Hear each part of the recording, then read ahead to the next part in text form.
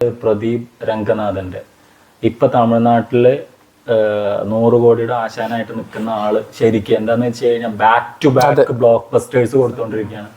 അയാളെ പറ്റി എന്തൊക്കെ കുറ്റങ്ങളോ അയാളെ സിനിമകളെ പറ്റി എന്തൊക്കെ മോശം ആൾക്കാർക്ക് പറയാണ്ടെങ്കിലും കളക്ഷൻ വൈസ് പിന്നെ റീലുകളിലും ഇൻസ്റ്റാഗ്രാമിലും പാട്ടുകളിലും ഒക്കെ നിറഞ്ഞു നിൽക്കണ തരത്തില് ആളിതായിക്കൊണ്ടിരിക്കുകയാണ്. പക്ഷെ ആളൊരു അസാധ്യ ഡയറക്ടറും കൂടിയാണെന്നുള്ള ഒരു സംഗതിയുണ്ട്. ഇപ്പൊ കോമാളി ആവട്ടെ, ലവ് ടുഡേ ആവട്ടെ, അദ്ദേഹം വീണ്ടും ഒരു ആക്ടർ ഡയറക്ടർ എന്നുള്ള ലെവലില് ഇതിപ്പോ നമ്മളെ വിജയോട് പറഞ്ഞ കഥയാണ്. അത് വിജയ് ആക്ടിങ് ഇല്ലാത്തത് കാരണം കൊണ്ട് ആ സിനിമ അദ്ദേഹം തന്നെ ചെയ്യാന്നുള്ള തരത്തേക്ക് വന്നിട്ടുണ്ട്. AGS തന്നെയാണ് സിനിമ, സംശയമില്ലല്ലോ. AGSന് ഇത്രയും ലാഭം ഉണ്ടാക്കി കൊടുത്ത ഒരാള് എന്നുള്ള ലെവലില് അവർ തന്നെയാണ് അത് പ്രൊഡ്യൂസ് ചെയ്യണത്. സിനിമയിൽ ഇപ്പൊ 2 ഹീറോയിൻസിന്റെ കാര്യം പറഞ്ഞിട്ടുണ്ട്, ഫൈനൽ ആയിട്ടില്ല.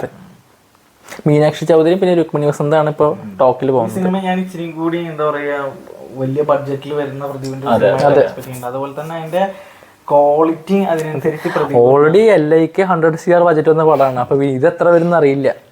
അതിൽ മൂപ്പർക്ക് അത്യാവശ്യം നല്ല സാറ്റലൈറ്റ് വാല്യൂ ഒക്കെ ഉള്ള ആളാണ്. അപ്പൊ അത്യാവശ്യം നല്ല ബിസിനസ് ഒക്കെ നടക്കും.